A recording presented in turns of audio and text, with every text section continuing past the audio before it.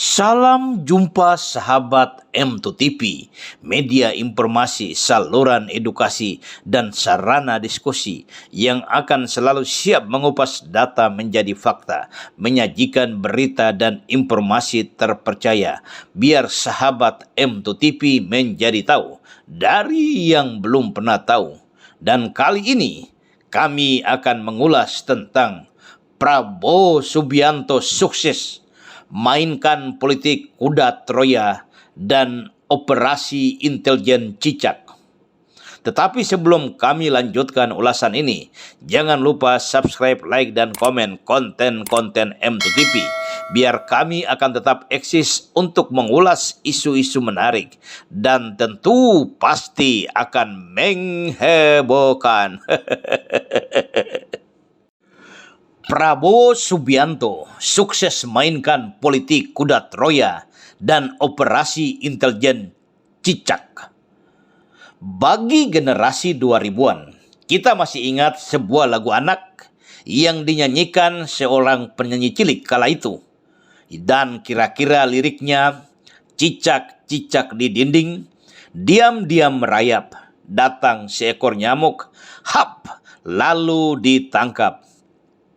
Ungkapan ini adalah satu peristiwa nyata kehidupan seekor cicak yang selalu menempel di dinding karena dia tidak bisa berjalan, layaknya hewan berkaki dua dan berkaki panjang 4. Walaupun seekor cicak memiliki kaki, tetapi kakinya pendek sehingga kelihatannya selalu menempel di dinding.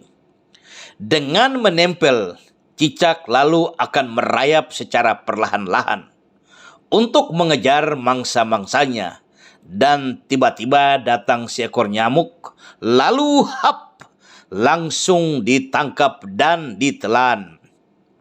Kehidupan seekor cicak ini rasa-rasanya refleksi dari bagaimana seorang Prabowo Subianto, bakal calon presiden dari Partai Gerakan Indonesia Raya, meraih sukses meningkatkan elektabilitasnya dalam persaingan popularitas dan dukungan elektabilitas masing-masing kandidat sebelum memasuki penetapan calon presiden Republik Indonesia pada bulan Oktober tahun 2023 nanti.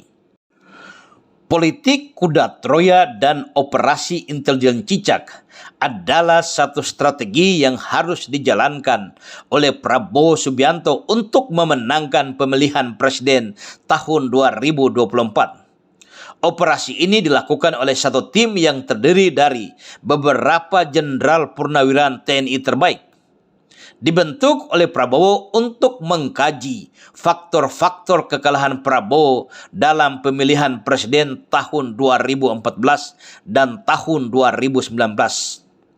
Hasil kajian tim yang dibentuk Prabowo untuk mendapatkan kemenangan dalam Pilpres tahun 2024, Prabowo harus menjalankan praktek politik kuda Troya, masuk dan menyusup ke dalam barisan lawan, dan lancarkan operasi intelijen cicak, hindari konfrontasi terbuka dengan lawan, merayap dalam senyap, rangkul lawan, dan kuasai lawan secara damai.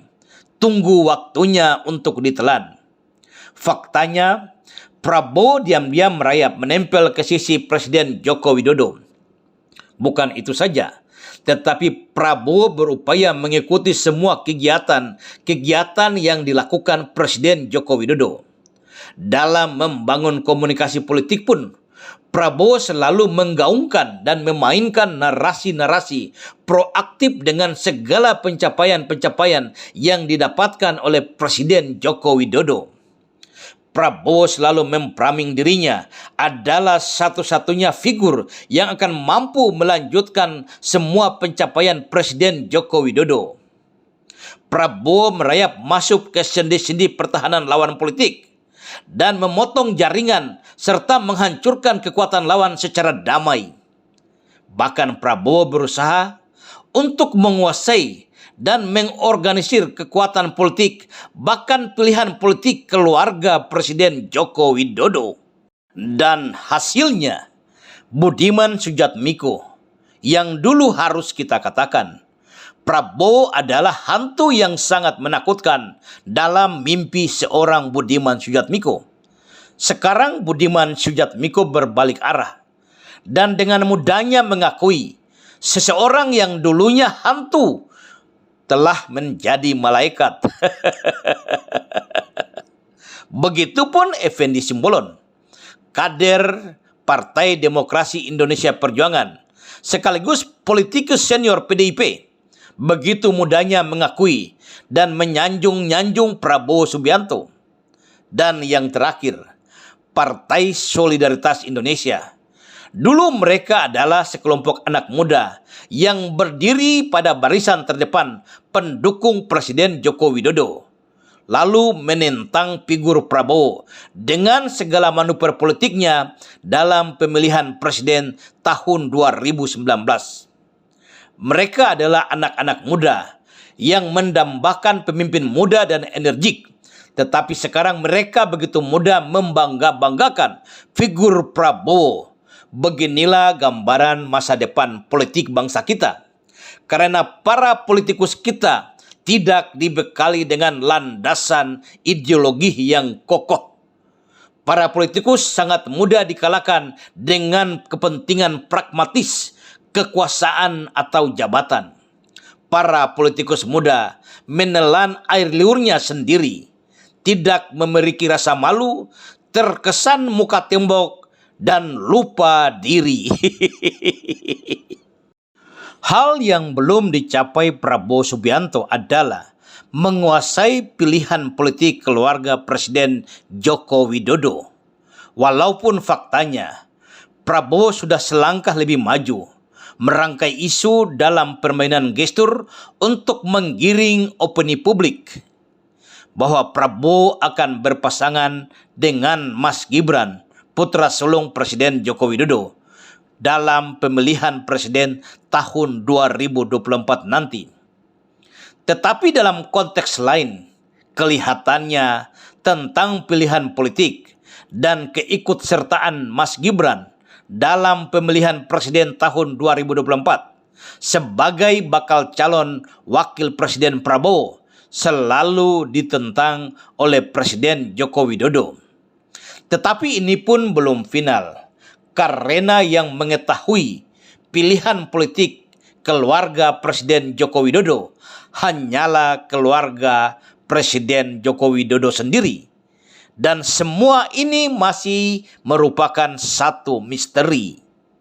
Dan harus diakui, permainan politik kuda Troya dan operasi intelijen cicak sudah berhasil.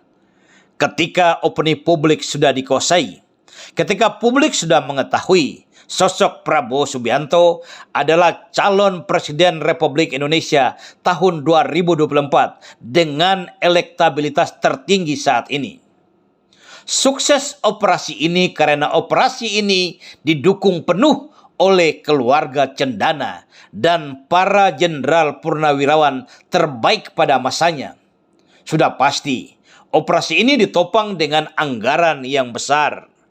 Mereka sudah menguasai lembaga-lembaga survei. Mereka mampu memobilisasi media TV dan media-media cetak. Mereka menguasai jaringan pengamat politik. Mereka mensponsor relawan Jokowi yang mau mendukung Prabowo dengan memberikan bantuan operasional besar. Dan sekarang, Prabowo sedang menikmati hasil awalnya atau panen pertamanya untuk menuju panen besar pada waktu pemilihan Presiden Republik Indonesia tahun 2024 nanti. Dan kita akan melihat dan menikmati dinamika politik yang sedang berlanjut. Lalu waktu akan menjawab, apakah sosok Prabowo Subianto adalah seorang malaikat ataukah sosok hantu yang sangat menakutkan? Kita nantikan ulasan selanjutnya.